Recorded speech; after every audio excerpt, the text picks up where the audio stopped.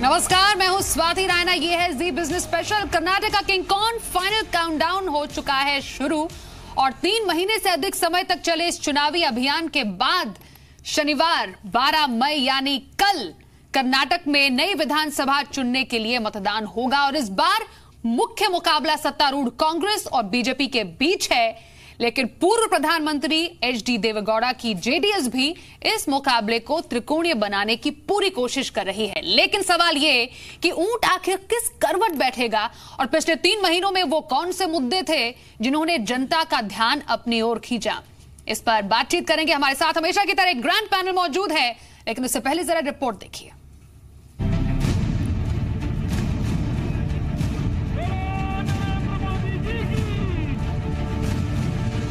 कर्नाटक में कल वोटिंग होने जा रही है और एक जिम्मेदार चैनल होने के नाते हम भी आपसे गुजारिश करते हैं कि आप अपने मताधिकार का प्रयोग अवश्य करें। लेकिन इससे पहले कि हम कर्नाटक के मुद्दों पर बात करें, पहले ये समझ लीजिए कि कर्नाटक के आंकड़े क्या हैं।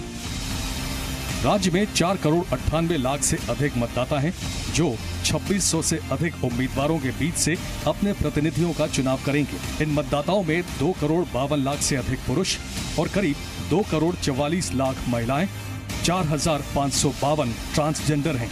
चुनाव कार्यालय के सूत्रों ने बताया कि राज्य में 55,600 से अधिक मतदान केंद्र बनाए गए हैं। कुछ सहायक मतदान केंद्र भी होंगे। स्वतंत्र एवं निष्पक्ष चुनाव सुनिश्चित करने के लिए 3.5 लाख से अधिक कर्मी चुनाव ड्यूटी पर होंगे। वैसे 1985 के बाद से कर्नाटक में कोई भी दल लगातार दूसरी बार सत्ता में नहीं आ पाया है। सिर्फ 1985 में ही रामकृष्ण हेगड़े की अगुवाई में जनता दल फिर से सत्ता पर काबिज हुआ था। कांग्रेस पंजाब के बाद एकमात्र बड़े राज्य पर काबिज रहने के लक्ष्य पर केंद्रित है, जबकि बीजेपी कर्नाटक में अपनी सरकार बनाने के लिए जुटी हुई है। वैसे बीजेपी ने सिर्फ एक बार 2008 से 2013 के बीच कर्नाटक में शासन किया है, लेकिन इस बार वो मोदी लहर के भरोसे एक बार फिर सत्ता में आने का ख्वाब देख रही है। वहीं जनता दल सेक्युलर के लिए ये जीवन मरण का सवाल है, क्योंकि जनता दल सेक्युलर फिलहाल 1 दशक से सत्ता से बाहर है। हालांकि सिद्धारमैया ने आचार संहिता से पहले लिंगायत समुदाय को हिंदू से अलग धर्म के रूप में मान्यता देने का फैसला कर पूरे खेल को पलटने की कोशिश की, जिसके बाद बीजेपी अध्यक्ष अमित शाह ने भी लिंगायत मठ समेत दूसरे मठों का दौरा किया। कर्नाटक के चुनाव प्रचार में सभी दलों ने अपना सब कुछ झोंक दिया है, मगर वहां का चुनाव भी पूरी तरह जाति के आधार पर ही लड़ा जाता है। ये केवल बिहार या उत्तर प्रदेश की कहानी नहीं है। कर्नाटक के चुनाव का गणित भी जाति के आधार पर ही तय हो रहा है। कर्नाटक में लिंगायत सबसे मजबूत जाति है, जिसकी संख्या 17% है।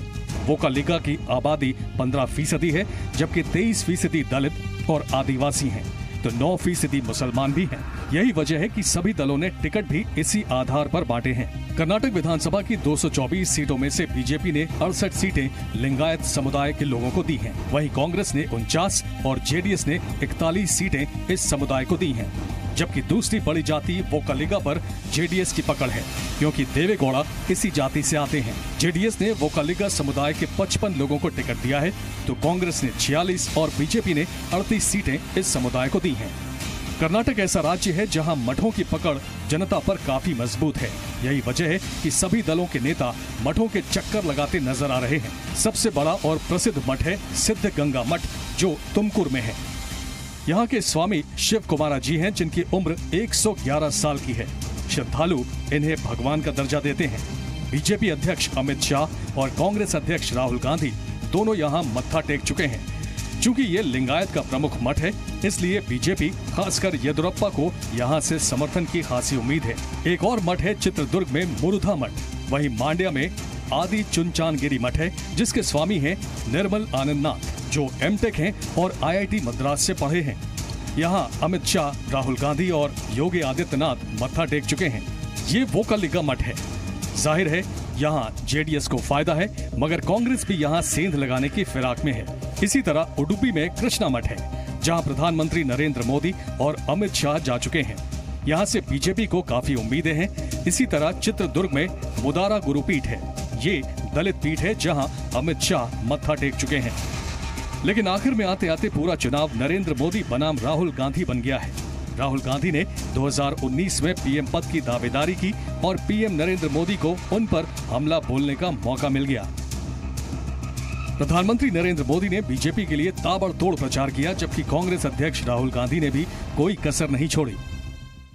20-25 साल से ओबीसी समाज, ओबीसी एमपी, ओबीसी एमएलए ये मांग करते रहे, लेकिन कांग्रेस ने कभी ओबीसी आयोग को कॉन्स्टिट्यूशनल स्टेटस देने के लिए सोचा तक नहीं। उनको क्या तकलीफ थी मैं अभी तक समझ नहीं पाया।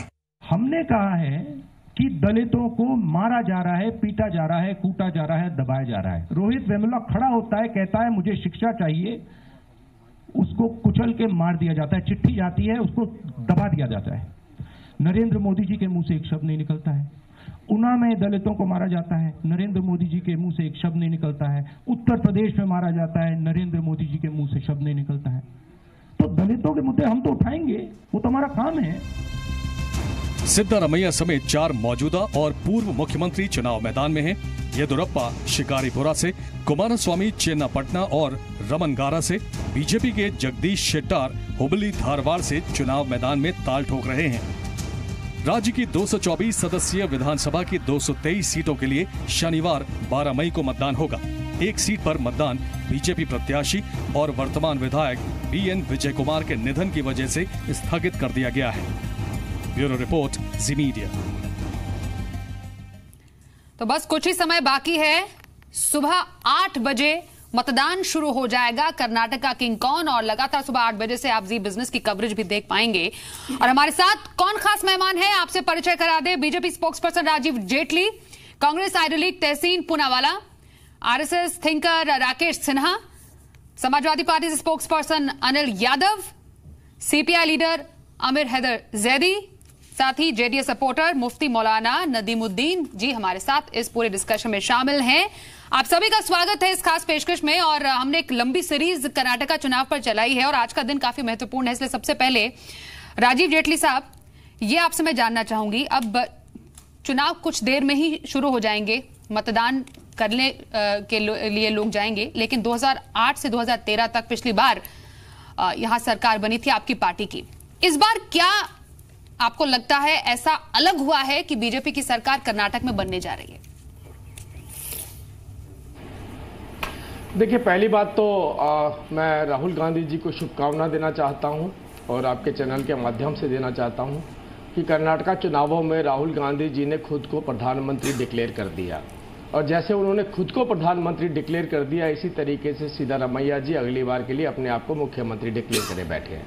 वहाँ तो आपकी पार्टी को क्या फायदा इससे? वहाँ का दलित जो ये बार-बार, ये तो कांग्रेस पार्टी के लिए फायदा हो गया ना, बता रहा हूँ। तो बीजेपी को क्या फायदा, कर्नाटक को इससे क्या फायदा, ये मैंने आपसे सवाल जानना चाहा था।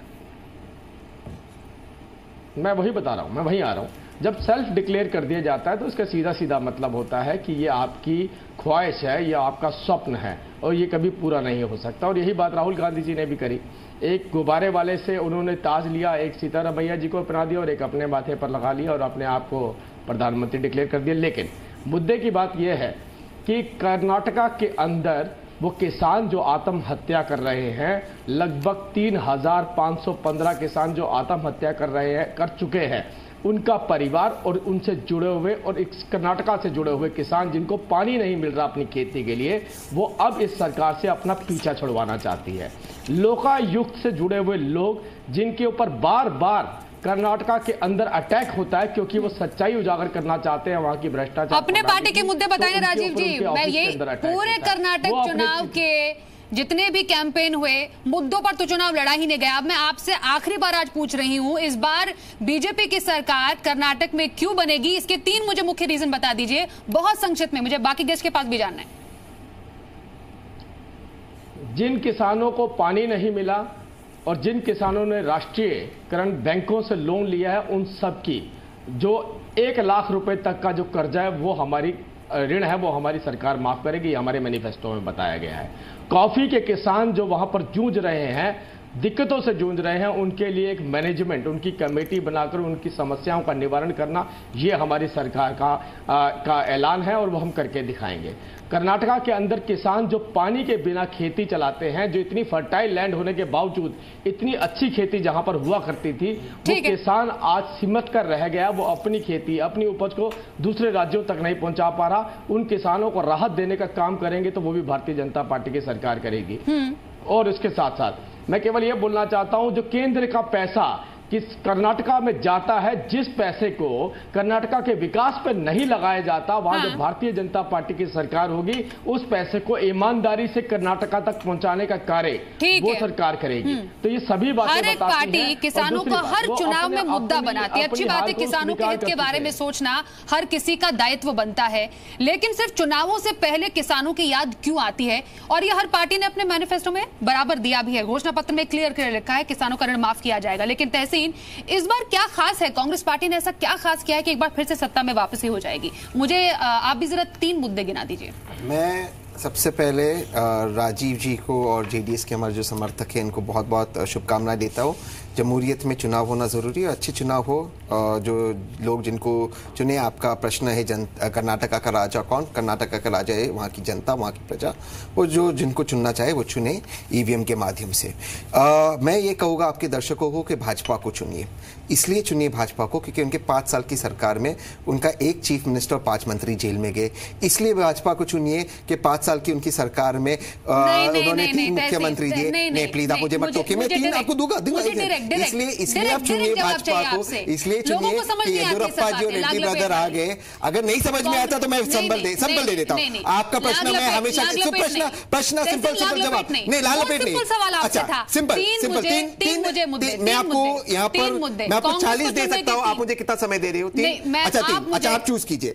अच्छा चलो 3। लोन टू फार्मर्स इन्होंने दिया 6,560 करोड़, हमने दिया 12,000 करोड़। नामो मेट्रो कंप्लीटेड इन्होंने किया 6.7 किलोमीटर, हमने किया 42.3 किलोमीटर। इन्फेंट मेल न्यूट्रिशन इनके समय था 1.37, हमारे समय था 0.44। एक आंकड़ा राजीव भाई ने दिया कि 3,500 किसानों ने आत्महत्या की, बिल्कुल सही थी। इसके पूर्व 5 साल में 18,000 किसानों ने आत्महत्या की और वो नीचे होकर 3,000 पे आए। तो आप हमें मत दीजिए। लेकिन अगर आपको 5 साल में 3 मुख्यमंत्री चाहिए, अगर आपको 6 किलोमीटर मेट्रो की चाहिए, अगर आपको ऑपरेशन कमल चाहिए तो आप भाजपा को दीजिए, वरना आप हाथ को दीजिए, क्योंकि मन की बात सब करते हैं, काम की बात सिर्फ हाथ करता है। ठीक है, आपका ये कमेंट डेंजरस ना हो जाए आपके लिए। वैसे कुछ समय क्यों आप वकालत ये भी करें कि बीजेपी को वोट क्यों दिया जाए, या ये वकालत भी करें कि कांग्रेस को? अगर आपको येदियुरप्पा जी चाहिए तो कीजिए। और सिद्धरामैया जी ने लीगल नोटिस भेजा जब इन्होंने कहा कि लेकिन फिर भी आपने क्लियर नहीं बताया मुझे। लीगल नोटिस दिया, उसके बाद मोदी जी ने कोई उन पर टिप्पणी की। ठीक है,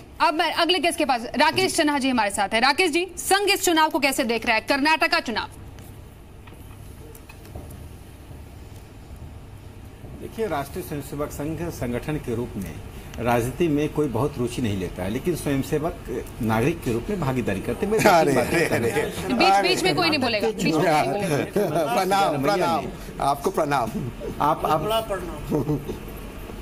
अच्छा नहीं, आपका प्रणाम स्वीकार करके मैं आपको वापस करता हूँ। अब सुन लीजिए। देखिए, कर्नाटक के चुनाव को मुख्यमंत्री सिद्धारमैया ने एक लेबोरेटरी में, एक प्रयोगशाला में तब्दील कर दिया। वो प्रयोगशाला क्या था? विभाजनकारी सिद्धांतों, व्यवहार की, गवर्नेंस की प्रयोगशाला। 4 चीजें मैं गिनाना चाहता हूं जो मैं बार बार इस चुनाव के दौरान कह रहा हूं। सिद्धारमैया ने कर्नाटक का अलग झंडा हो, देखिए किसी राज्य का झंडा हो उसमें किसी को कोई आपत्ति नहीं हो सकती है, लेकिन उनका जो इंटेंट था कि भारत के रिपब्लिक के समानांतर एक झंडा खड़ा करना। एक दूसरी बात उन्होंने क्या कहा, हिंदू वर्सेस कन्नड़ की लड़ाई कराने की उन्होंने बहुत कोशिश की, जो भारतीय गणतंत्र में नहीं हो सकता है। तीसरी बात उन्होंने क्या किया, तीसरी बात जो सबसे डेंजरस किया, एक हिंदू समाज को विभाजित करने के लिए उन्होंने एक कमेटी बना दी।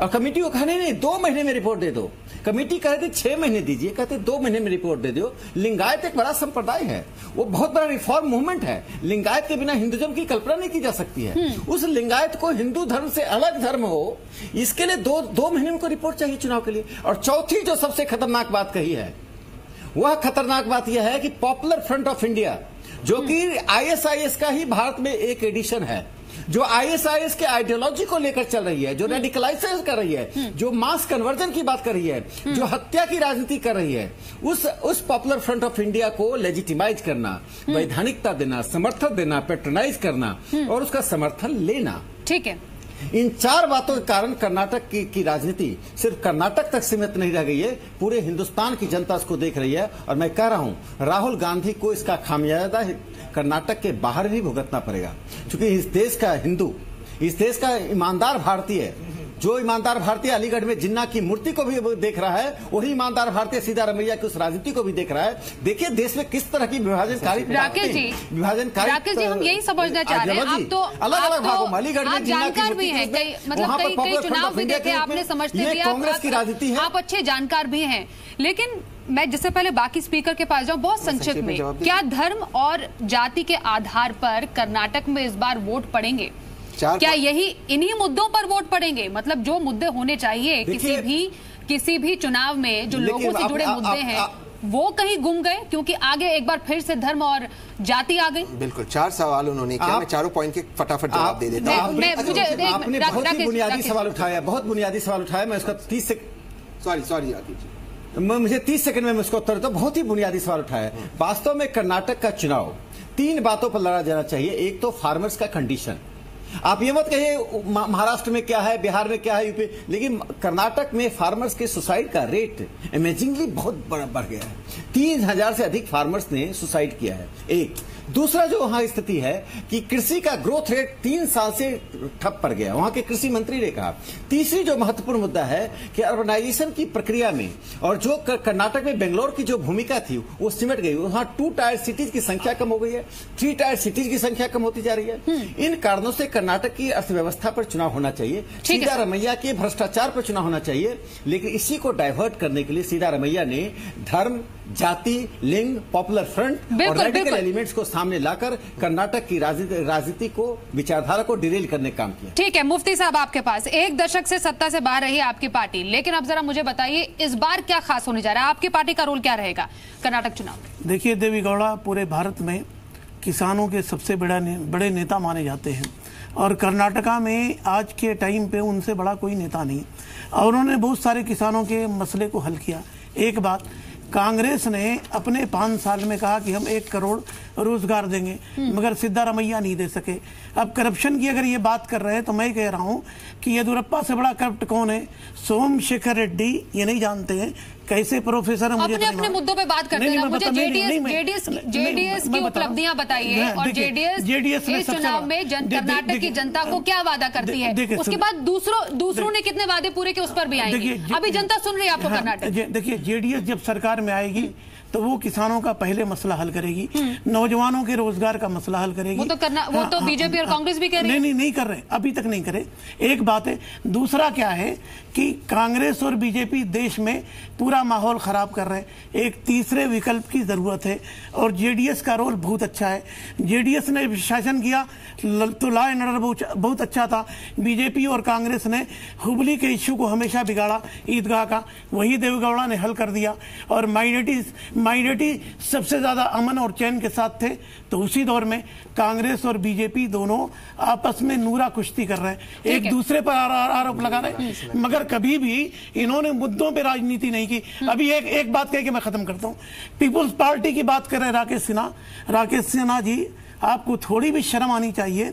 सेंट्रल में सरकार आपकी है, क्यों नहीं आप कार्रवाई कर रहे हैं? चूड़ियां पहन करके बैठे हैं या मीडिया में आकर के उल्टी सीधी बात करने के लिए बैठे हैं?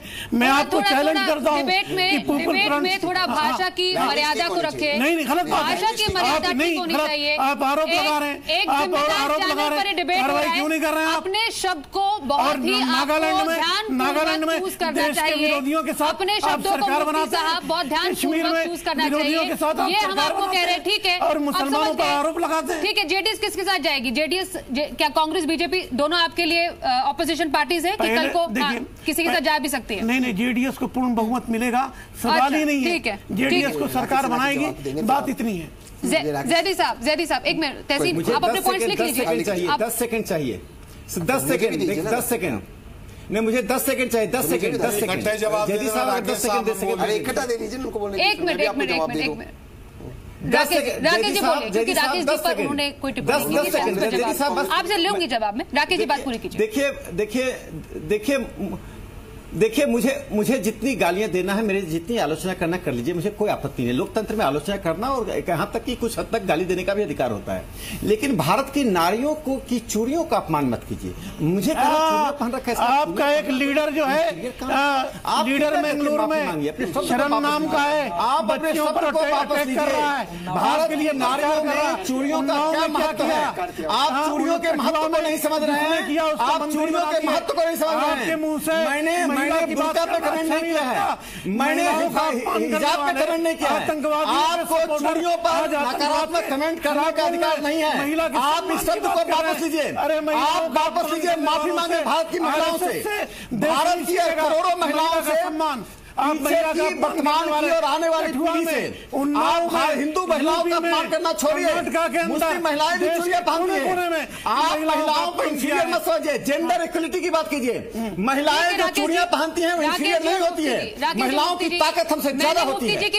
आप ये इनसे कहिए, मेरी आलोचना करने आप महिलाओं को टेलीविजन पर नहीं चलेगी। यही वो पार्टीज है जो कि महिलाओं के उत्थान की बात करती है, घोषणा पत्र में बड़े-बड़े वादे महिलाओं के लिए करती है। ठीक है, ये पार्टीज करती है ना। मुफ्ती साहब ठीक है, जेडी साहब आप कर्नाटक के चुनाव को लेफ्ट पार्टी कैसे देखती है? देखिए, कर्नाटक एक किसान हितैषी बनना है। कर्नाटक के किसानों का पानी किसने बंद किया ये भी बीजेपी के प्रवक्ता बता देते तो अच्छा था।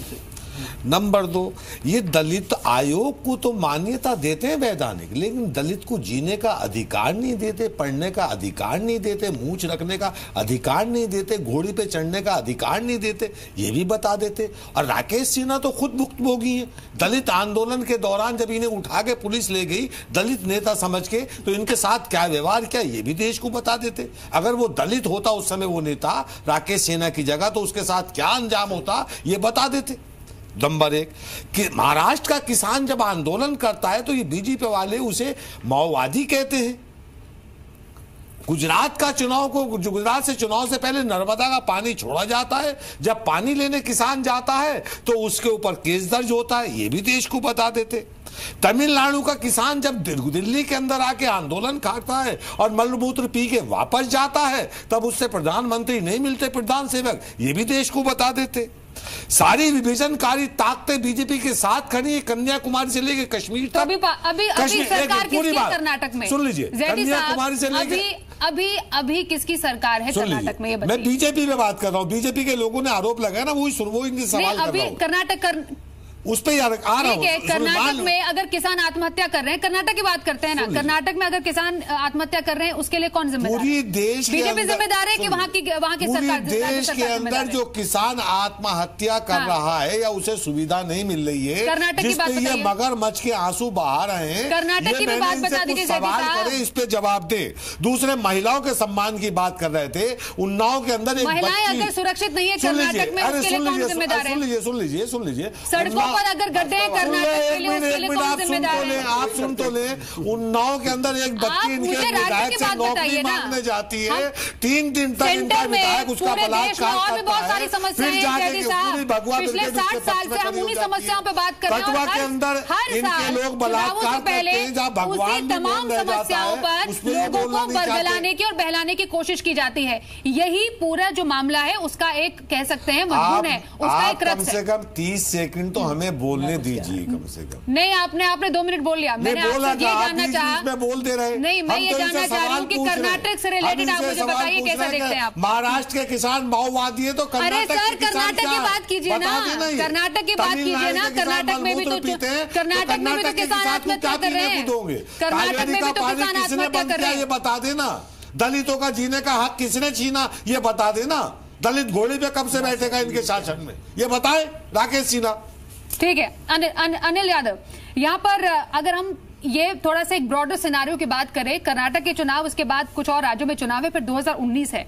अब राहुल गांधी ने तो कह भी दिया है कि हाँ, पार्टी अगर बहुमत में आती है तो डेफिनेटली वो क्यों नहीं बनेंगे प्रधानमंत्री। अच्छी सोच है, पार्टी के लिए भी अच्छा है, एक अच्छा नया नेता उन्हें मिला है। लेकिन इस पर आपकी पार्टी की क्या सोच है? देखिए, जहां तक राहुल गांधी जी के स्टेटमेंट की बात है, वो स्वतंत्र हैं, उनका जो मन करे वो कह सकते हैं। और जहां तक 2019 के चुनाव की बात है, तो अभी मुझे लगता है जैसे जैसे समय करीब आएगा ये सब चीजें इनकी पड़ते खुलती चली जाएंगी और आपको भी जवाब मिल जाएगा, हम लोगों को भी मिल जाएगा। कांग्रेस प्लस अलायंस की जीत पर उन्होंने ये जवाब दिया, तो मंजूर है पार्टी? उन्होंने ये कहा कि कांग्रेस की सीटें ज्यादा आएंगी, तो नहीं, उन्होंने गठबंधन अलायंस उन्होंने जगह जगह सीटें, मैं बता देता हूँ स्वाति जी, आप चाहे उस स्टेटमेंट को दोबारा से देख लीजिए। उन्होंने ये कहा कि अगर कांग्रेस की सीटें ज्यादा आएंगी तो मैं प्रधानमंत्री हो सकता हूं, और बाकी उन्होंने जगह जगह समीकरण गिनवाए। हमें उस बात पर आपत्ति नहीं है। जहां 2019 में कौन चेहरा बनेगा, देखिए मैं मानता हूं कि लोकतंत्र में सबसे बड़ा चेहरा जनता होती है। विपक्ष का काम यह है कि जनता से जुड़े मुद्दों को उठाकर चुनाव में जाए, और उसके बाद अगर जीत साइकिल हाथ के साथ है, पहले भी साइकिल की सवारी कर चुके हैं ना राहुल गांधी। आपको बता दूं, कर्नाटक उत्तर प्रदेश में कुछ काम बन नहीं पाया, सीटों पर चुनाव नेशनल लेवल पे चलता है। आप कर्नाटक में हमारा रोल नहीं कंसिडर कर रही, मत करिए। हम लोग 30 सीटों पर लड़ रहे हैं, और मैं आश्वस्त कर देता हूं आपको कि आप किसी पार्टी से हमारे प्रत्याशियों की तुलना कर लीजिए।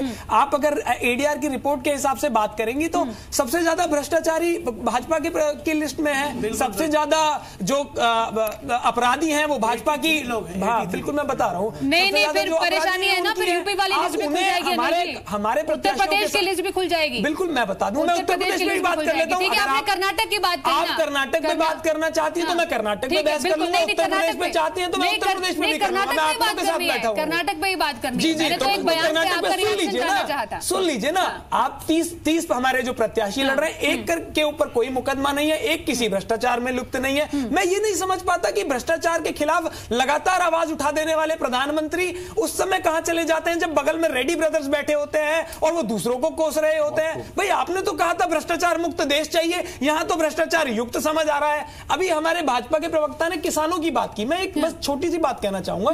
पिछले 4 साल में कर्नाटक में कई बार सूखा पड़ा, और कई बार में से प्रदेश सरकार की, क्योंकि प्रदेश सरकार कांग्रेस में चाहे किसी की सरकार होती, प्रदेश सरकार ने 8,000 करोड़ से मदद की। केंद्र में ये बता दें कि इन्होंने कितने करोड़ से मदद की। राजीव जेटली साहब जवाब दीजिए। जवाब दो, अभी मुझे बोलने का मौका मिलेगा। बहुत प्रश्न उठे कांग्रेस। मैं काफी देर, मैं आपके पास 10 सेकंड, मैं काफी देर से इंतजार कर रहा था, बहुत सारी बातें उठाई गई। मैं केवल इतना बोलना चाहता हूं कि इन्होंने कहा हम मुआवजा हम भी देते हैं, हमारी भी सरकारों ने मुआवजा दिया है। आपने देखा होगा हरियाणा के अंदर 2000 करोड़ का मुआवजा दिया, हमारे मैनिफेस्टो में नहीं था, आते ही 3 महीने के अंदर दिया हमने। लेकिन मुद्दे की बात क्या है, अभी जयदी साहब एक बात महाराष्ट्र के किसानों की कर रहे थे। जयदी साहब जिनकी टोकरी में बैठ के चुनाव राजनीति करते हैं कांग्रेस की, उस कांग्रेस को जब पैसा मिलता है किसानों को मुआवजा देने के लिए, तो वो पैसा घोटाले के रूप में कांग्रेसी खा जाते हैं। जिनकी टोकरी में बैठ के इसीलिए वो राजनीति की बात नहीं कर रहे थे। कैग की रिपोर्ट सुनिए मेरी बात को, इतना बता दीजिए, महाराष्ट्र का किसान तो माओवादी है, और आज महाराष्ट्र का किसान क्या हुआ, सुनिए मैं आपके बीच में बोला था, जयदी साहब पूरी कविता सुनी थी मैंने आपकी। मैं कह रहा हूं महाराष्ट्र के अंदर आज वो व्यवस्था है कि अगर किसी किसान का कोई हक बनता है तो उसको ऑनलाइन दिया जाता है, बेकायदा मार्किंग के साथ, उसको रंग के साथ मार्क किया जाता है। माओवादी भी तो वही आप ही कहते हो ना, आपके जैसे तमिलनाडु का किसान मलमूत्र पीता है, चिपकली खाता है, जंतर मंतर में बैठ के उससे आप मिलते नहीं हो। सुनिए, दूसरी बात, आपने माओवादी की बात करी, मैं इसका जवाब दे रहा हूं। हाँ, महाराष्ट्र के किसान को माओवादी नहीं कहा। देखिए इस देश के अंदर नहीं, आपने कहा, आपने कहा शहरी माओवादी, आपने कहा, हम कह रहे हैं, आपने कहा, पूरी बीजेपी ने कहा। आप जिनका पैसा आपने जिनका पैसा खाया है उनका पैसा पारदर्शी तरीके से मैं नहीं खाता किसी का पैसा, मैं नहीं खाता। स्वदेशी जागरण मंच 2004 से पहले यहाँ मौजूद था, अब तो वालमार्ट आ गया। वो कहाँ की उनकी देशभक्ति कहाँ गई, वो ताला लगा दिया क्या उस विभाग को? आप हर मुद्दे पे एक नया विभाग जो खोलती आरएसएस, वो कहाँ गया? भागीदारी है, ये देश बहुत पहले इलेक्ट्रीफाइड हो जाता, इस गाँव में बिजली पहुंच जाती अगर आप लोगों ने। ठीक है जेटली साहब, आप मुझे बताइए, कावेरी का पानी किस सरकार ने बंद कर रखा? वो बीजेपी की सरकार है या किसी दूसरे दल की सरकार है? आज तक कर्नाटक को अगर पानी नहीं मिल रहा तो वो आपने बंद किया है। धर्म जाति से जेटली साहब और जेटली साहब, 5 लाख की व्यवस्था किसने करी? ठीक है, प्रधानमंत्री जी ने करी, बोलिए ना उसके ऊपर। ठीक है, जनता सब सुन रही है, जनता सब सुन रही है। और 8 बजे जब जनता वोट देने जाएगी जाएगी, कांग्रेस ने अब तक क्या किया या बीजेपी क्या वादे लेकर आई है, ये सब मतदान पेटी में कल तो माननीय प्रधानमंत्री की सरकार मशीन और मतदान पेटी में कल होने जा रहा है। बिल्कुल, तो पूरी तरह स्टोर। तहसीन, बात पूरी कीजिए। कुछ टिप्पणी राकेश सिन्हा जी ने उठाई थी, मैं उनका जवाब देना चाहता हूँ और उसके बाद 30 सेकंड में अपनी 2 बातें रख दूंगा। पहले राकेश सिन्हा सर ने कहा कि लिंगायतों की बात, उनको अलग धर्म देने की बात। राकेश सिन्हा साहब, आप मेरी बात सुन लीजिए फिर रिएक्ट करना। आपने ये नहीं बताया कि उस पेपर पे सबसे पहला सिग्नेचर येदुरप्पा जी का है, वो आपने नहीं बताया। खैर वो आपकी बात है। और आज लिंगायतों ने ऐड निकाला कि उसी पार्टी को समर्थन दो जो ये कर रही है, लेकिन उस चीज पे आपने बात नहीं की। आपने फिर नेशनल फ्लैग की बात की। मेरे गोलवलकर साहब, हमारे देश के गोलवलकर साहब मर गए, कहते थे एक देश में 2 निशान नहीं चलेगा। कश्मीर के निशान के सामने हमारे वजीर आजम श्यामा प्रसाद मुखर्जी, हमारे वजीर आजम ने प्लीज जेटली साहब, do not talk in between, have manners. नहीं मैडम, मैं नहीं करूंगा, मैं किसी के बीच में नहीं। सर, हर कोई एक दूसरे के बीच में बोलेगा तो कैसे सुनाई देगी बात? This is not fair. Anil के बीच में बोलते, हमारे बीच में बोलते। तहसीन बात पूरी करेंगे। ठीक है जेटली साहब, आपके पास फिर से आऊंगी। कर्नाटक में लिंगायत समाज को गुमराह this is not fair madam. बहुत समझ मिले उनसे जिनको आपने सेपरेटिस्ट कहा और सज्जाद लोन को आपने वापस ले लिया मिनिस्ट्री में और कश्मीरी पंडित को रिहेबिलिटेट नहीं किया, और अभी नागालैंड का सीक्रेट अकॉर्ड में नागालैंड को आप झंडा दे रहे हो, जबकि सिद्धरामैया ने कहा कश्मीर का झंडा, कर्नाटका का झंडा हिंदुस्तान के झंडे से नीचे होगा। लेकिन आपको एक चीज बता दूं, मैं आपको गूगल पे फोटो दिखा दूंगा, येदुरप्पा जी कर्नाटका का झंडा लहरा रहे हैं। खैर उसको छोड़ दीजिए। पीएफआई की बात मेरे भाई ने की, उन्होंने कहा आप क्यों पीएफआई को नेशनल लेवल बैन नहीं करते हो? गुजरात का चुनाव आता पीएफआई आ जाता, कर्नाटका का चुनाव आता पीएफआई आ जाता, आप पीएफआई को बैन क्यों नहीं करते? कोई व्यक्ति यहां नहीं चाहता पीएफआई हो, आप बैन कीजिए। आपकी 56 इंच की सरकार है। चौथी बात, राकेश सिन्हा साहब ने की 3000 आत्महत्या की, बिल्कुल सही कहा, लेकिन ये आपने नहीं बताया येदुरप्पा जी के समय 18,000 आत्महत्या थी। और मेरे भाई, लास्ट 2 लाइन, मेरे भाई अनिल ने बिल्कुल सही कहा, ये इसलिए कम हुआ क्योंकि 8,000 करोड़ सिद्धरामैया सरकार ने दिया, और जब हम गए वजीर आजम के पास कि हमें पैसा चाहिए, हमें क्या मिला? इल्ला, जीरो का कहां चले जाओ, और आज तक कावेरी का पानी नहीं दे क्या? कंटेम्प्ट ऑफ कोर्ट, ये माननीय चीफ जस्टिस ने कहा है। राकेश सिन्हा जी, देखिए एक बात जान लीजिए, विभाजनकारी बातें चाहे मैं करूं, आप करें, कोई करे, इस देश स्वीकार नहीं करता है। देश में सर्वसमावेशी राजनीति होनी चाहिए। मैंने पीएफआई का मुद्दा इसलिए उठाया कि केरल में पिनियारी विजयन और कांग्रेस पार्टी दोनों ही इसके साथ खड़ी है। कर्नाटक में पीएफआई घोषणा करती है कि हम कांग्रेस को समर्थन दे रहे हैं। लोकतंत्र में अगर हर चीज कानून के डंडे से होगा, फिर लोकतंत्र मीनिंगलेस हो जाएगा। लोकतंत्र में पार्टियों की एक नैतिक मर्यादा होती है, जैसे नैतिक मर्यादा की बात मैंने उठाई, जैदी साहब मानेंगे, आप मानेंगे। यहाँ महिलाओं को चूड़ियां पहनने की बात कह दी गई। अरे चूड़ियां पहनना कोई खराब है? माफी मांगने को तैयार नहीं है। पूरे महिला समाज को महिलाओं की सशक्तिकरण की बात कर रहे हैं, और एक क्षमा चाहता हूं आपसे पूछने के लिए, बीच में बोलने के लिए। क्यों हम मुद्दे से भटक रहे हैं? क्यों हम मुद्दे से भटक रहे हैं? करनी चाहिए। चलो, हम भटक रहे। तहसीन सुन लीजिए, कर्नाटक में 22 हिंदू एक्टिविस्ट की हत्या हुई और सरकार चुप बैठी रही। कोस्टल कर्नाटका में हिंदू मुस्लिम पोलराइजेशन आप करवा रहे हैं। देश को में चुनाव देखिए, बीजेपी आएगी नहीं आएगी, कांग्रेस आएगी नहीं आएगी। आज से 1000 साल पहले ना बीजेपी थी ना कांग्रेस थी। अगले 1000 साल बाद क्या बीजेपी कांग्रेस रहेगी या न रहेगी? ये हिंदुस्तान का इतिहास किसी धर्म के इतिहास से नहीं जुड़ता है। हिंदुस्तान का इतिहास 10,000 साल पुराना है। हिंदुस्तान अनंत काल तक रहेगा। उस अनंत काल की यात्रा में विभाजनकारी ताकतों को चुनाव की राजनीति में मोहरा बनाने वाली पार्टियों को जनता सबक देना चाहिए, सबक देगी। तो बार बार क्यों हमें चुनाव से पहले यही देखने को मेरा मतलब, अगर कहीं पर भी चुनाव होते हैं, अभी तो कर्नाटक में, उसके बाद आगे कुछ और राज्यों में विधानसभा चुनाव होंगे, हमें क्यों नहीं उस पर्टिकुलर राज्य के विकास पर बात कुछ सुनने को मिलती है? कर्नाटक की जनता क्या इसमें इंटरेस्टेड है, धर्म और जाति में, या फिर उसको इंटरेस्ट है कि मेरे पास क्या पानी है, मेरे पास क्या नौकरी है, मेरे शहर की जो डेवलपमेंट है वो सही ढंग से हो पा रही है कि नहीं, कि लिंगायत में उसका इशू है? राकेश जी, नहीं, देखिए, रोटी का सवाल बहुत ही महत्वपूर्ण होता है। किसी भी सरकार का पहला काम होता है जनता को सुरक्षा देना और रोटी देना। जो सरकार सुरक्षा और रोटी नहीं दे पा सकती है, चाहे किसी पार्टी की सरकार हो, किसी विचारधारा की सरकार हो, उसको जनता को चाहिए उसको रिजेक्ट करना। मैं यहां तो एक बात कहना चाहता हूं, इस देश में आइडेंटिटी पॉलिटिक्स को सबसे ज्यादा कौन बढ़ाया है?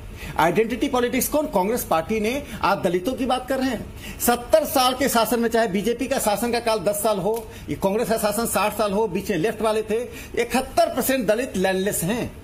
ये आंकड़ा देश को शर्मिंदा करने वाला है। और मैं ये कहता हूं, आप तुलनात्मक आंकड़े मत दीजिए कि उत्तर प्रदेश में कितना हुआ, कर्नाटक में कितना हुआ। एक भी दलित महिला के साथ, एक भी दलित के साथ दलित होने के कारण यदि अन्याय होता है, पूरे देश का मत कहिए हमारे राज्य में कम हुआ, उससे राज्य में कम हुआ। अरे सर, चंद्रशेखर कुछ बातें कलेक्टिवली हमें स्वीकार करना चाहिए, कलेक्टिवली उसका सामना करना चाहिए, कलेक्टिवली उसको रिजॉल्व करना चाहिए।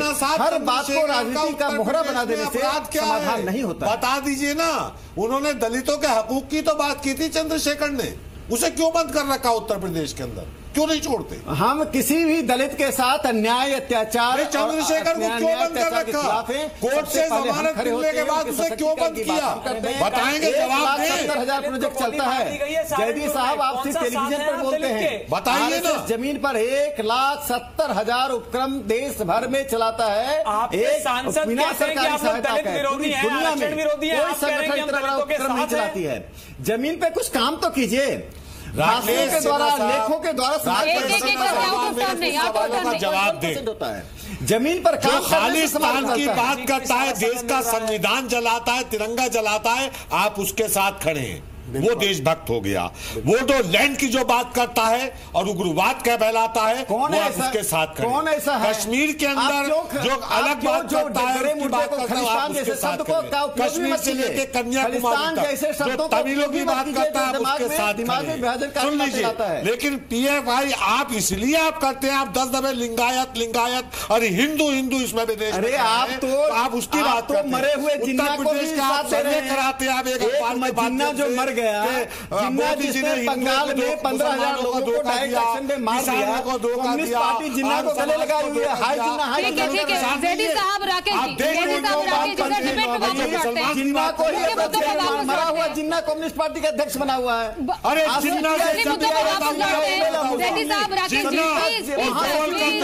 के देश को तोड़ा है कांग्रेस पार्टी ने राहुल गांधी से मुद्दों की अकाली पड़ गई है जो क्या? देश के तोड़ने वाले क्या कर्नाटक में लोगों से जुड़े हुए मुद्दे नहीं पते राजीव जेटली जी कि लिंगायत को वोट बैंक बनाकर ये चुनाव लड़े जा रहे हैं? क्यों ऐसा, क्यों?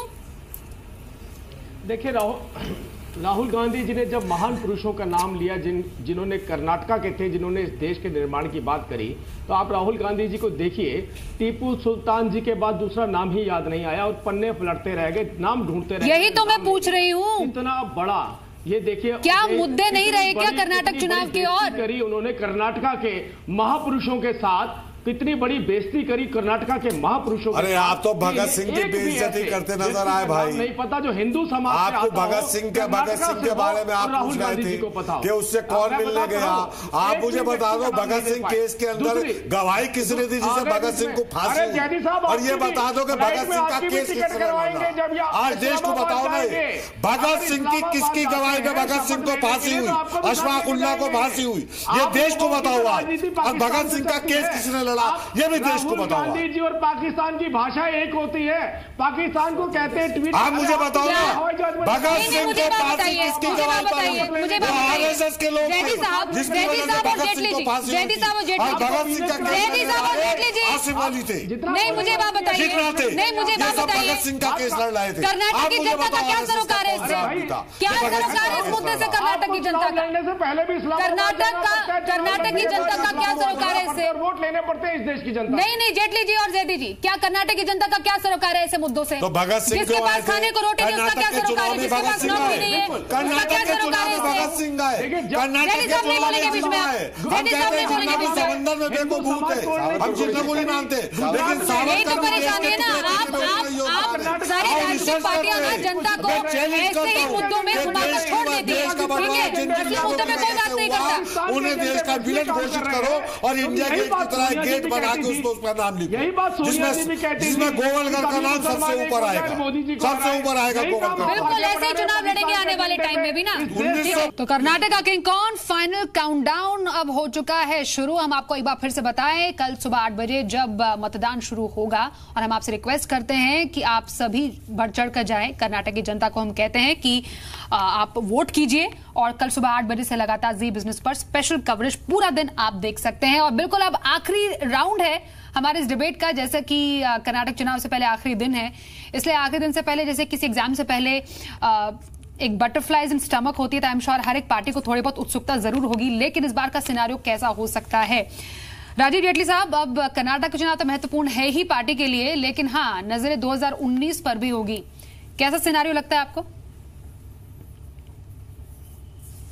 बिल्कुल, देखिए, कर्नाटका की जनता एक अच्छी, ईमानदार, ट्रांसपेरेंट और वो सरकार चाहती है कि जो केंद्र का पैसा हो वो जमीन तक पहुंचे। कर्नाटका की जनता चाहती है कि जो माननीय प्रधानमंत्री जी की नीतियां हैं, जिसमें मैंने कहा 50 करोड़ लोगों को हेल्थ इंश्योरेंस 5 लाख रुपए का देना है, वो ईमानदारी से कर्नाटका तक भी पहुंचे। और देश की जनता अपना प्रधानमंत्री तो निर्धारित कर चुकी है और देश की जनता जानती है किस तरीके से इलेक्टोरल प्रोसेस के थ्रू हमने प्रधानमंत्री को चुनना है। हम गुब्बारे वालों से ताज खरीद कर नहीं पहनते हैं, हमें जनता पर विश्वास है। हम कहते हैं जनता हमें प्रधानमंत्री बनाएगी, और जो लोग दुकान से खरीद कर ताज पहनते हैं उन्हें अपने आप को डिक्लेयर करना पड़ता है। कर्नाटका की जनता भी और इस देश की जनता भी कितनी सीटों पर कॉन्फिडेंट है पार्टी है जो डिलीवरी करे। देखिए, हम पूर्ण बहुमत के साथ आएंगे, पूर्ण बहुमत के साथ, डबल डिजिट जिसे मैं कह रहा हूं, मैं 50 से नीचे की कह रहा हूं कांग्रेस की। और हो सकता है जो किसी टाइम पर सर्वे में जेडीएस की दिखाई गई थी, उससे नीचे शायद कांग्रेस जाने वाली है कर्नाटक के अंदर। और ये बात सिद्धारमैया जी को भी पता गई और राहुल गांधी जी को भी पता। वैसे दिलचस्प आंकड़े हैं कि केंद्र में जिसकी सरकार होती है, कर्नाटक में उसकी सत्ता नहीं होती। ये पिछले कुछ ट्रेंड नहीं, रामकृष्ण हेगड़े ने वो ट्रेंड को बीट किया था, ये बीट हुआ है, ये गलत चल रहा है। तहसीन, अब मैं जेटली साहब का जवाब देने से पहले एक चीज कह दूं, उन्होंने टीपू सुल्तान पे भी टिप्पणी की थी। मुझे आप एक वाक्य, प्लीज आई रिक्वेस्ट यू, मैं आप उनके बीच में नहीं बोलते, प्लीज मुझे बोलने दीजिए। आप राहुल गांधी का एक भी स्टेटमेंट टीपू सुल्तान पे बता दीजिए, लेकिन बताया भी इसमें कोई गलत नहीं, क्योंकि मेरे राष्ट्रपति सार्वजनिक मंच पे राहुल गांधी ने कहा कि टीपू सुल्तान जी और के बाद रुक गए, ठीक है, के बाद उन्हें नाम याद नहीं। ठीक है तहसीन, थैंक यू। राहुल गांधी ने टीपू सुल्तान के बारे में कहा तो कोई गलत चीज नहीं की, क्योंकि मेरे देश के राष्ट्रपति श्री रामनाथ कोविंद ने कहा। नहीं, बिल्कुल नहीं, पाकिस्तान ने भी यही कहा, पाकिस्तान ने भी यही कहा। आप मॉडरेट करोगे? दिस इज नॉट फेयर, मैं नहीं बोलता हूं। थैंक यू, प्लीज मैं अपनी बात, ये बात इन्होंने सही कहा, पाकिस्तान में भी कहा जाता है, क्योंकि मेरे देश के राष्ट्रपति रामनाथ कोविंद ने कहा कि टीपू सुल्तान एक महान राजा थे। कर्नाटका में जाके कहा, कर्नाटका के असेंबली में कहा, और जब बीजेपी ने कहा कि उन्होंने कर्नाटका स्टेट गवर्नमेंट के बोलने पे कहा, उन्होंने प्रेस नोट इश्यू किया कि नहीं, ये मेरे स्टेटमेंट है, ये राष्ट्रपति भवन का ऑफिशियल स्टेटमेंट है और उनको सल्यूट किया है। तो ये एक चीज, अब आप उनको प्लीज चुप बैठेंगे तो मैं जवाब दूं उनका। विश्व बोला नाम नहीं क्या होगा दूसरी चीज में? क्या नहीं, मैं उसके बाद में बात करूंगा। दूसरी चीज, उन्होंने इस इलेक्शन में कांग्रेस 130 के ऊपर, लेकिन मैं दूसरी चीज कहूंगा, इन्होंने ये चीज कही कि यहां पर जो ताश है वो खरीदा जाता है, मोदी जी चुनकर आते, तो 3 लोकसभा चुनाव राहुल गांधी क्या खरीद कर आए या उनको इलेक्ट नहीं किया है? तो ये इस तरह की बचपने की बात है, इमैच्योर बातें। और जो उन्होंने एक चीज की, हेल्थ, आज तो मैंने गुब्बारे वाले से बोला, ठीक है, ओके, थैंक यू। ये जो अभी आप प्लीज चुप बैठेंगे और मुझे बोलने देंगे, ये जो लास्ट लाइन कह रहा हूं, प्लीज अब आप चुप बैठिए। ये जो हेल्थ इंश्योरेंस की उन्होंने बात की, जैसे मोदी जी 5 लाख लोगों को हेल्थ इंश्योरेंस दे रहे, मैं यहां पर इस चैनल पे अपना सर मुंडवा दूंगा।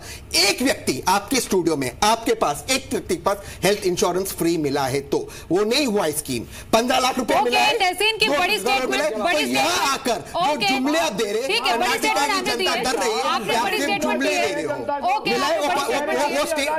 Okay, but coming back to Karnataka, 130 plus आप कह रहे हैं, 130 प्लस निकल के 10,000 करोड़ पे आई, तो आप ओके जेटली जी, जुमले दे दो आप, 15 लाख, 5 लाख इंश्योरेंस, पाकिस्तान से 10 सर, फिर वहां जाके happy birthday to you Nawaz Sharif काटो। तहसीन, रामनाथ कोविंद कहते हैं टीपू सुल्तान महान था, उसको आप पाकिस्तानी कह रहे हो, मेरे देश के राष्ट्रपति को आप पाकिस्तानी कह रहे हो, आपको शर्म तो आती नहीं है? आपकी सिचुएशन बहुत ही गंभीर है, आपकी पार्टी की सिचुएशन गंभीर है। कर्नाटक आज से गया तो 2019 भूल जाइए, 2019 भूल जाइए, फिर अगर कर्नाटक में सरकार नहीं बनी तो ये सोचना जरूरी है आपके लिए। 130 प्लस कांग्रेस, और अब मैं आपसे रिक्वेस्ट करता हूँ मेरे भाई जेडीएस और सपा को बोलने दीजिए। वो मैं डिसाइड कर लूंगी मुझे किसे बोलने देना है। राकेश जी, कंक्लूडिंग रिमार्क आपसे, एक एक करके हर किसी के पास जाऊंगी, ठीक है? नहीं, वो समर्थन तो यही दिख रहा है, हमारे स्टूडियो में समर्थन दिख रहा है। ठीक है, आपने बोल दिया ना, मैं तो यही जान रही थी, नहीं, मैं अनिल यादव से तो यही जान रही थी ना कि साइकिल का साथ, कम से कम हमें हमारी साइकिल का साथ हाथ के साथ तो है ना। ठीक है, ठीक है, ओके।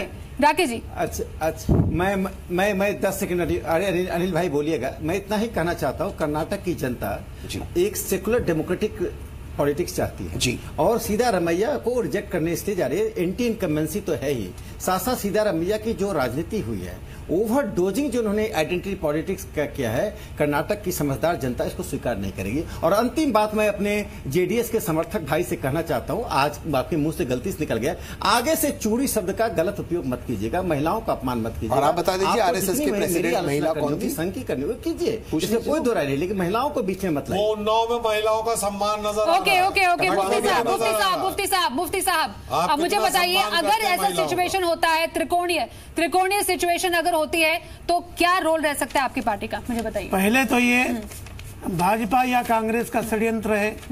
एक बात है कि जेडीएस पूर्ण बहुमत के साथ सरकार बनाने वाली है। मैं कहता हूं कि मोदी जी को यह बताना चाहिए था कि 2 करोड़ रोजगार कहां गया, 15 लाख रुपया उन्होंने लोगों को क्यों नहीं दिया। दलितों के सम्मान की बात ये करते हैं। यूपी के मुख्यमंत्री के पास एक दलित एमपी अपना फरियाद लेकर के जाता है, फाड़ करके फेंक देते हैं। भाई साहब, सब हिंदू एक हैं, मत बांटिए उनको। अरे आप सुनिए ना, आपको अरे ये देशद्रोह नहीं है, ये देशद्रोह नहीं है भाई, एक रहे, ये देशद्रोह नहीं है। जितने भी चैनल नहीं, ये आप हिंदू कर रहे हैं, देशद्रोह नहीं है। एक बार तो बोले सभी हिंदू समाज, अरे ये देशद्रोह नहीं है। जैसे आपने कहा सोनिया जी ने कि मुसलमान एक हो जाए, एक बार तो बोलिए इस बात को। अरे आप सुनिए, पहले लिंगायत ने खुद कहा कि हम हिंदू नहीं हैं, हमको अल्पसंख्यक का दर्जा दीजिए, आपको मालूम नहीं, और बकवास कर लिया करके बैठ जाते हैं। ठीक है, बात मुद्दे पे बात की। समय मेरे पास कम है, समय मेरे पास बहुत कम है। मतलब जेडीएस अपने दम पे सरकार बनाएगी? बिल्कुल बनाएगी, किसी की जरूरत नहीं है, किसी की जरूरत नहीं है। अनिल यादव, मतलब अभी तो स्टूडियो में तहसीन ने बोल ही दिया ना। नहीं, आपका बहुत धन्यवाद कि आरएसएस और बीजेपी के अलावा भी आपको और अरे सर, अपनी बात पूरी कीजिए ना। मतलब मुझे मौका नहीं मिला एक घंटे की डिबेट में, इसलिए बहुत मौका मिला आपको। मैं बता देता हूँ। देखिए, आपने एक बड़ी अच्छी बात कही, आपने सबसे ये बात कही कि भाई मुख्य मुद्दों पर बात क्यों नहीं हुई। भाजपा के प्रवक्ता से आपने हॉस्पिटल्स की बात की, रोड की बात की, पानी की बात की, लेकिन बड़ी चालाकी से उन्होंने वो बात हटा दी। कभी टीपू सुल्तान को ले आए, कभी टीपू सुल्तान को ले आए, कभी जिन्ना को ले आए। देखिए, हकीकत ये है कि इनके पास कोई काम नहीं किया हुआ है। अभी इन्होंने, मैं उदाहरण के लिए बता देता हूँ, अभी इन्होंने एक नेशनल हेल्थ स्कीम का जिक्र किया था। अरे भाई सुन लीजिए जेटली जी, मैं आपको सुन रहा था, भाई सुन लीजिए ना। नेशनल हेल्थ स्कीम की आप बात कर रहे थे, शायद आपकी जानकारी में नहीं है। 50 करोड़ लोगों के लिए जो हेल्थ स्कीम है, आप इतना बता दीजिए कि केंद्र सरकार ने कितना फंड दिया है, उस सरकार के लिए कितना फंड एलोकेट किया हुआ है। स्वाति जी, इतना भी नहीं है कि एक प्रदेश के लोगों को ये इंश्योरेंस दे पाए। तो इस तरह से ये बरगलाने का काम करते हैं। राकेश सिन्हा जी कह रहे थे कि आरएसएस राजनीतिक संगठन नहीं है। अरे भाई, हास्यास्पद लगती है आपकी ये बातें। आपने एक बार भी, मैं आपकी बात मान लेता, लेकिन अगर आप एक बार भी येदियुरप्पा के भ्रष्टाचार पर बात करते तो मैं मान लेता, एक बार भी रेड्डी ब्रदर्स के ऊपर बात करते तो मैं मान लेता। आपने तो साफ साफ दिखा दिया कि आप राजनीतिक संगठन भी है और किसके संरक्षण है। कैसे करेंगे? अरे भाई, आपने सुनने ही नहीं दी भाई पूरी बात। नहीं, मुख्य मुद्दे आप किसान पर नहीं बात करना चाहते हैं, लेकिन तो हमारी राजनीति कैसे होगी? सांस्कृतिक संगठन का मतलब झाड़ मंजीरा बजाना नहीं होता है। अरे हम देश की राजनीति को बिना राजनीति, अरे तो येदियुरप्पा क्या, येदियुरप्पा पे नहीं बोलेंगे क्या, या रेड्डी ब्रदर्स पे नहीं बोलेंगे क्योंकि वो भाजपा के हैं, वो भ्रष्टाचारी साफ हो गए क्या?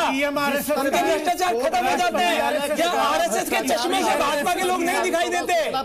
अरे भाई, दलित करते हो आप, भ्रष्टाचारी घोषित करेगी, उसके खिलाफ हो गए। कहाँ कहिए, आप कहिए ना, संपत्ति येदियुरप्पा को मुख्यमंत्री रहते हुए कुर्सी छोड़नी पड़ी भ्रष्टाचार के कारण। कहिए कि हम येदियुरप्पा के खिलाफ है। न्यायालय ने कहा।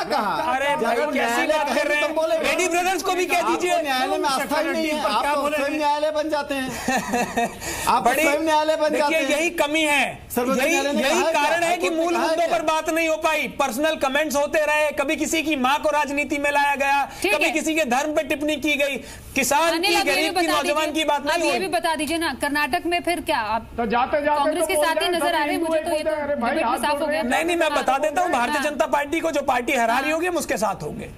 वो तो कांग्रेस हुई ना, या फिर जेडीएस होगी, वो जेडीएस होगी, या फिर कांग्रेस, या फिर कांग्रेस जेडीएस दोनों साथ में, हम कर सकते हैं, आप कर सकते हैं, कल जनता कर देगी उसका फैसला, या फिर कांग्रेस और जेडीएस दोनों साथ में। ठीक है, नहीं बिल्कुल, कल जनता इसका फैसला कर लेगी। और कुल मिलाकर बात यही है, जिन मुद्दों पर बात होनी थी उन मुद्दों पर इस पूरे चुनाव प्रचार में बात नहीं हुई, और जो रियल मुद्दे थे जनता के, नीतियों पे बात नहीं करती, नेता पे बात करती। हर कोई पार्टी यही करती है सर, हर कोई ये पार्टी करती है, और मैं यही से बात सेंड करूंगी कि जनता सब जानती है ताकतों को हराना है। बिल्कुल, कल इस समय जब हम बैठे होंगे हमें तस्वीर बहुत हद तक साफ हो जाएगी कि कर्नाटक का किंग कौन बनेगा, और कर्नाटक के असली मुद्दों पर किसने बात की, वही कर्नाटक पर अगले 5 साल पर सत्ता में बैठेगा, और लोगों के जो हित की बात करेगा वही कर्नाटक में अगली सरकार बनाएगा। फिलहाल इस खास पेशकश में बस इतना ही, लेकिन एक बार फिर से आपको बता दें, सुबह 8 बजे से लगातार हम जी बिजनेस पे आपको कर्नाटक विधानसभा चुनाव से जुड़ी हुई हर अपडेट सबसे फटाफट देंगे, और पूरा दिन ये स्पेशल कवरेज हमारा जारी रहेगा। फिलहाल आज के लिए बस इतना ही।